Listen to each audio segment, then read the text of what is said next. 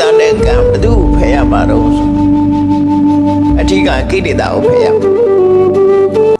ကိလေသာတွေဖယ်လိုက်လို့ရှိရင်ကံတွေကအလုံးမဖြစ်တော့ကိလေသာနဲ့ကံပေါင်းလိုက်တဲ့အခါမှာဘဝတစ်ခုထုတ်လို့တာဖြစ်တယ်အဲ့တော့ယဟန်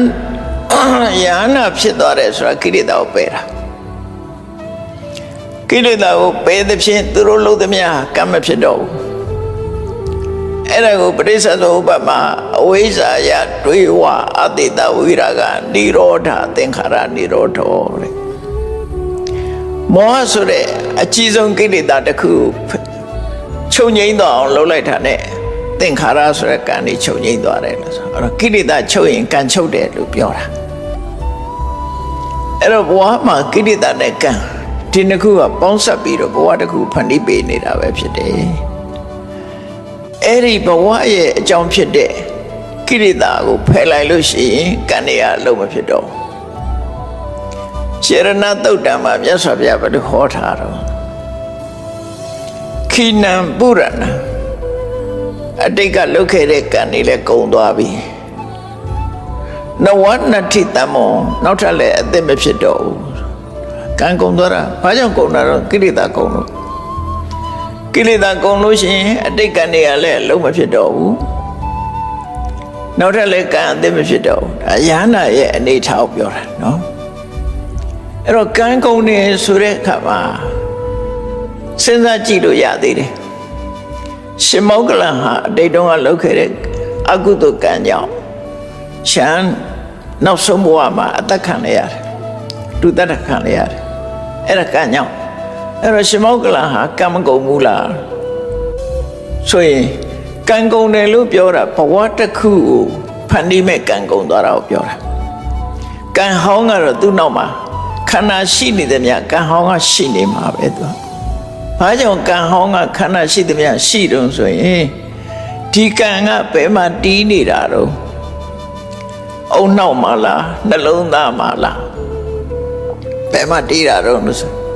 အုံနောက်ဆိုတော့လေအုံနောက်ကပြက်သွားတာရှိတယ်လေနှလုံးဆိုတော့လေနှလုံးကုန်ရက်သွားတာတွေရှိတယ်လေ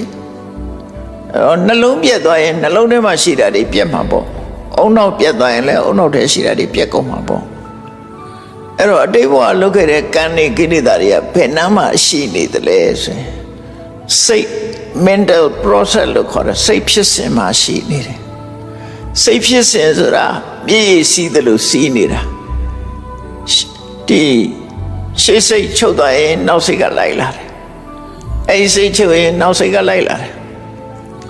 ဖြစ်စဉ်ကြီးကသူပြတ်သွားတယ်မရှိဘူးနော်ဒီစိတ်ချုပ်သွားရင်နောက်စိတ်ချုပ်သွားရင်နောက်စိတ်ချုပ်သွားနောက်စိတ်အဲ့စိတ်ဖြစ်စဉ်နဲ့မှာတည်ရှိနေတဲ့တတ္တိတစ်မျိုးကိုကံလို့ခေါ်တာကိလေသာတို့ကံလို့ဆိုတာအဲ့ဒါကြောင့်မို့ရှောင်တိန်လို့မရဘူးသူအဲ့တော့ကံတရားသည်လူတွေရဲ့တဏ္ဍာမှာဘယ်မှာရှိတာတုံးလို့မေးလို့ရှိရင်စိတ်တတဏ္ဍတိဆိုတဲ့ mental process မှာရှိတယ်လို့ပြောစိတ်ဖြစ်စဉ်မှာပဲရှိတယ်ရှုပ်မှာဖြစ်နေတာမဟုတ်ဘူးစိတ်ဖြစ်စဉ်မှာဖြစ်နေစိတ်ဖြစ်စဉ်ဆိုတာတစ်ခုတည်းမဟုတ်ဘူးဒီစိတ်ပြီးရင်နောက်စိတ်ပေါ်တယ်ခုပြောင်းနေတာအမြဲတမ်းအဲ့ဒီမဲ့သူပါနေတယ်အဲ့တော့အဲ့ထဲမဲ့ကိလေသာဆိုတဲ့အကြောင်းတရားကိုပယ်လိုက်တဲ့အခါကျတော့ကံတွေကကံဟောင်းတွေကရှိနေသေးတော့လည်းပဲကိလေသာနဲ့ပေါင်းမှဘဝတစ်ခုကိုထူထောင်လို့ရတယ်သူကြည့်မဖြစ်ဘူးဥပမာပါနဲ့တူတုံးဆိုလို့ရှိရင်မျိုးစိတ်လေးဟာမြေနဲ့ရေနဲ့ပေါင်းဆက်ရမှုမရှိလို့ရှိရင်အပင်မပေါက်တယ်လို့ပဲသူကအကြောင်းဆိုတာနှစ်ခုရှိတယ် producing cause စနကအကြောင်း supporting cause ဥပထမကအကြောင်းဖြစ်စေတဲ့အကြောင်းနဲ့ထောက်ပံ့တဲ့အကြောင်းနှစ်ခုရှိတယ်သူအဲ့ဒီထဲမှာမျိုးစေ့ကအပင်ကိုပေါက်စေတာဖြစ်လို့သူက producing cause မြေနဲ့ရေရဲ့အကူအညီကိုယူရလို့မြေနဲ့ရေသည် supporting cause အဲ့ဒါနှစ်ခုပေါင်းပြီးတော့ထုတ်တာအဲ့တော့ဖြစ်စေတဲ့အကြောင်းလည်းရှိရမယ်ကုညီပေးတဲ့အကြောင်းလည်းရှိရမယ်အဲ့ဒီအကြောင်းနှစ်ခုနဲ့ပေါင်းတဲ့အခါမှာအကျိုးတစ်ခုပေါ်လာတယ်အဲ့ဒါကိုပရိစ္ဆေသမုပ္ပါမှာဟောတာမြတ်စွာဘုရားနော်အဲ့တော့ကံတစ်ခုတည်းကလည်းအကျိုးပေးတာမဟုတ်ဘူးကံနဲ့ကိလေသာပေါင်းမှအကျိုးပေးလို့ရတယ်လို့သူတို့ဆိုလို့တယ်ဒီနှစ်ခုကပေါင်းစပ်ပြီးတော့လို့ကိုစဉ်းစားကြည့်လိုက်ငါနောက်ဘဝမှာဖြစ်အောင်မလား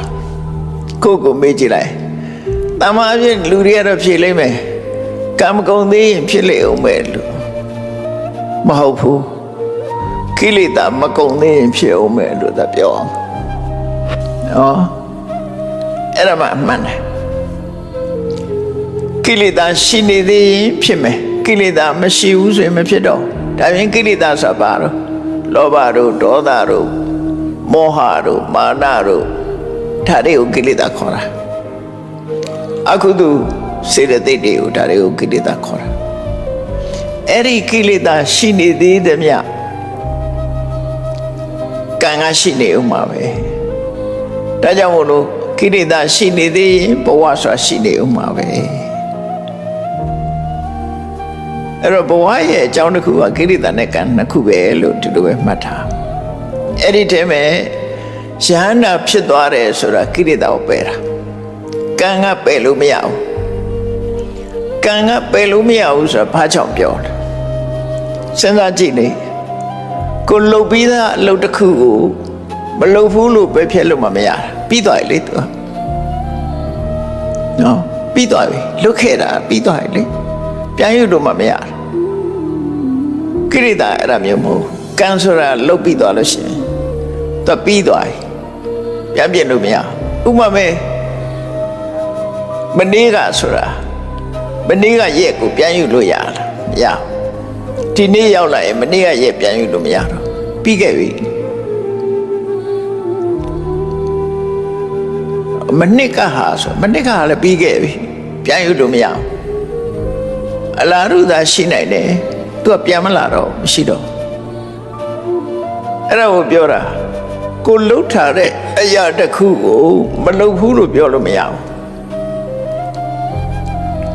ကံဆိုတာလှုပ်ပြီးသားကိုပြောတာ what have done cannot be undone ဆိုတာပြောတာ what have done ကိုလှုပ်ပြီးသား cannot be undone မလှုပ်ဘူးဆိုတာမဖြစ်ဘူးလှုပ်ပြီးသားဖြစ်နေပြီပြင်လို့မရဘူးလား